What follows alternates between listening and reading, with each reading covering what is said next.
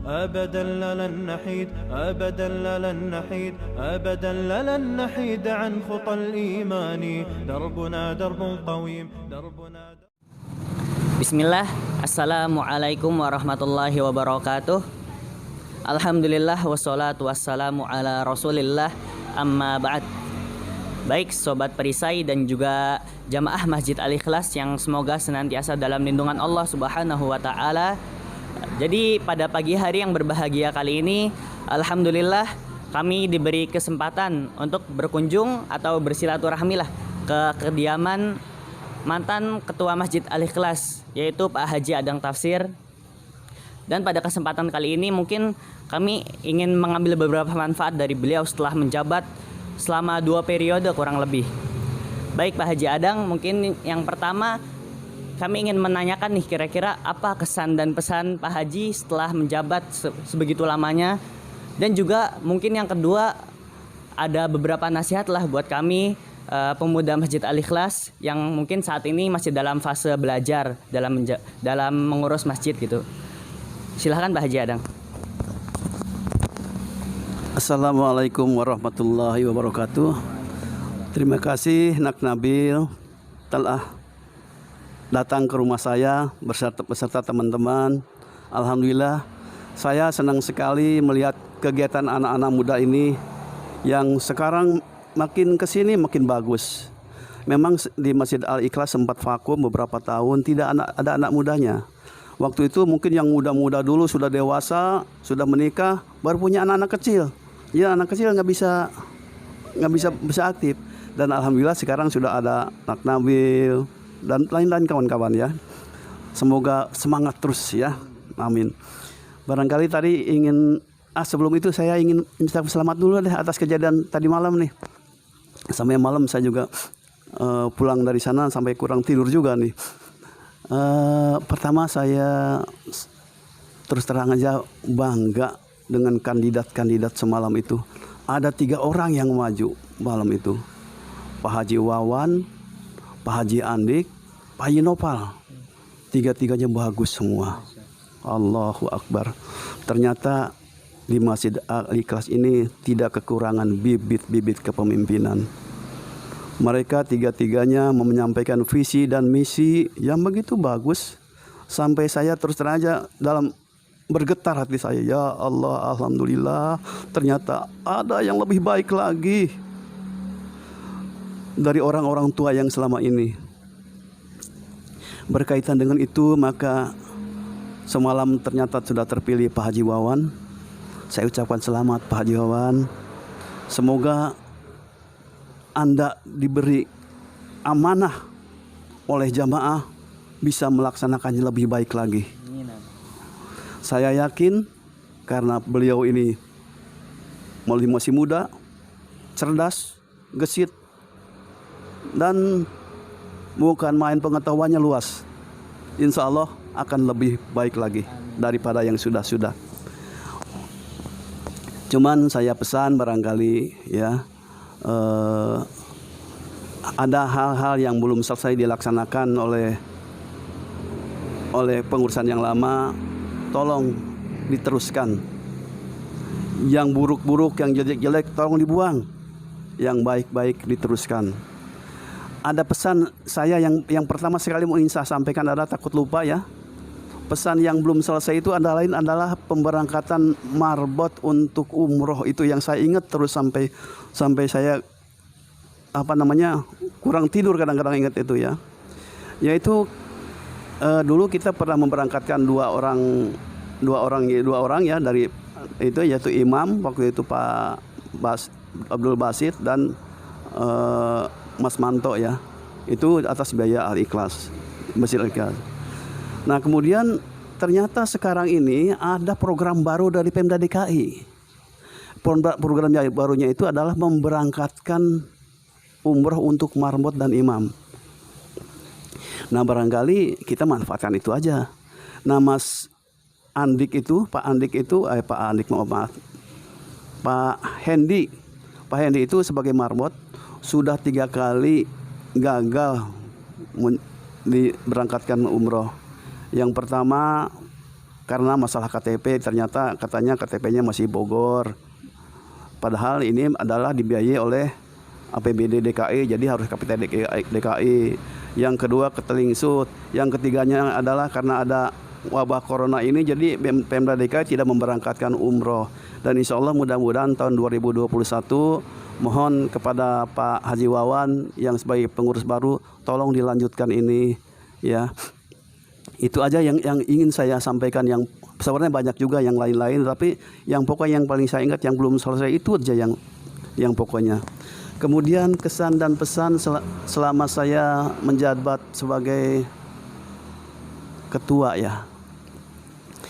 Iya, sebenarnya juga pesan dan kesan itu banyak juga. Yang jelas harus sabar. Kita harus punya gudang sabar, karena jamaah kita itu berbeda-beda latar belakang, berbeda-beda pemahaman, berbeda-beda ilmunya gitu ya. Kita harus meramu bagaimana caranya supaya semuanya semuanya bisa lebih baik ya, terlayani dengan baik.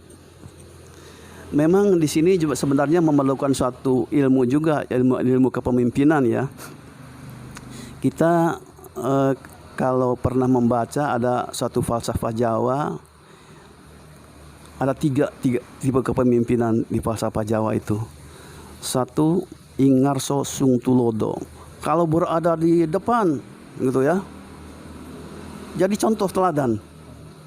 Yang kedua, ing madyo bangun karso, kalau berada di tengah, kita berada di tengah-tengah bawahan, di tengah-tengah masyarakat, kita harus bisa menggerakkan. Dan kalau yang ketiga adalah tuturi handayani, kalau kita berada belakang, kita harus bisa mendorong agar mereka bisa melakukan sesuatu, mampu bekerja dengan baik, dengan sukarela, dengan ikhlas menuju ke arah yang kita tentukan.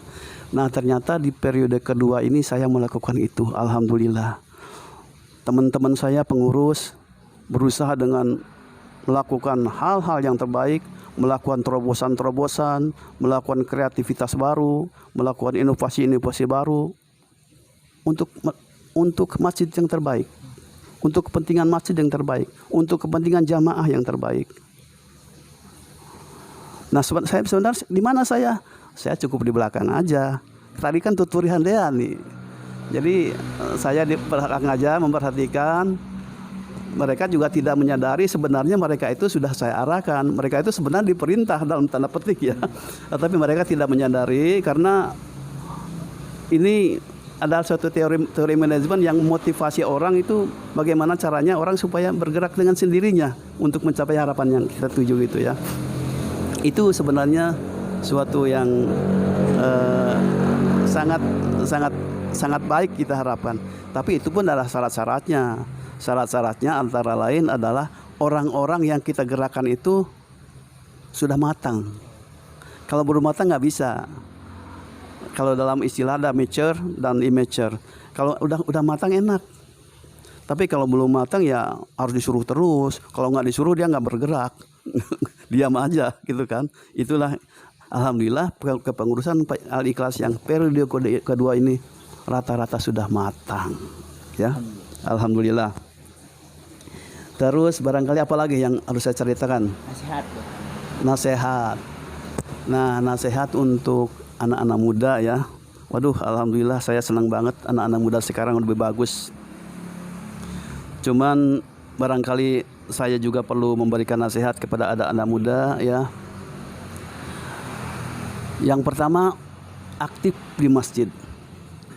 Karena dengan aktif di masjid kita juga bisa bergaul dengan teman-teman, bisa belajar dari hal-hal yang ada di masjid itu ya.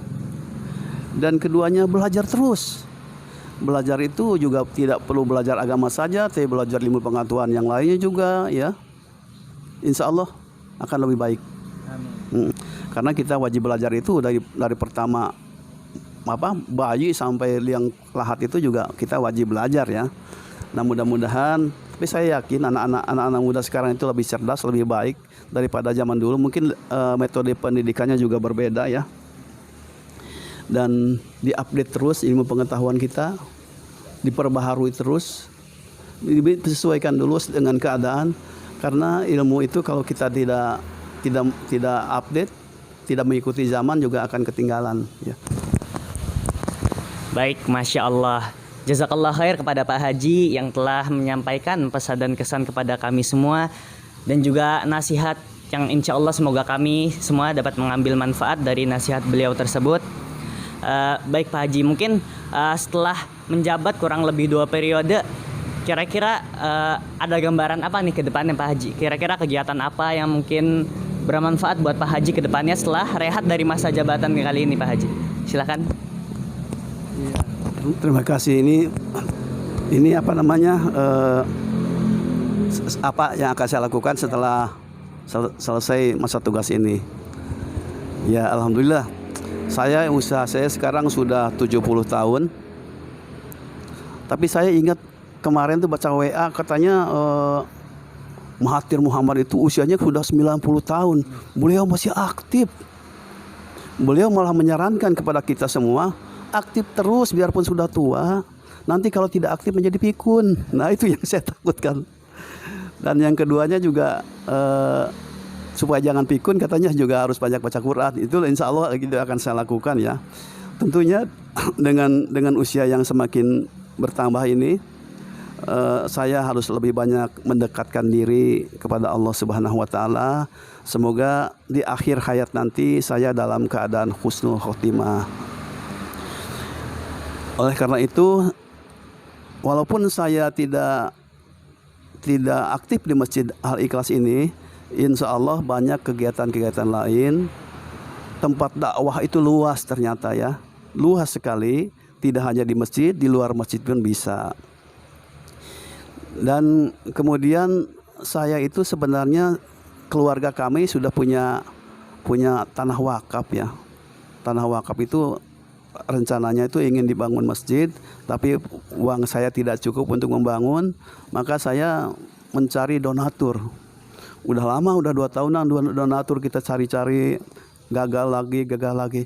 Yang terakhir pas kemarin itu belum lama, kira-kira beberapa hari yang lalu lah, 3, 4, 5 hari yang lalu deh, saya dipanggil.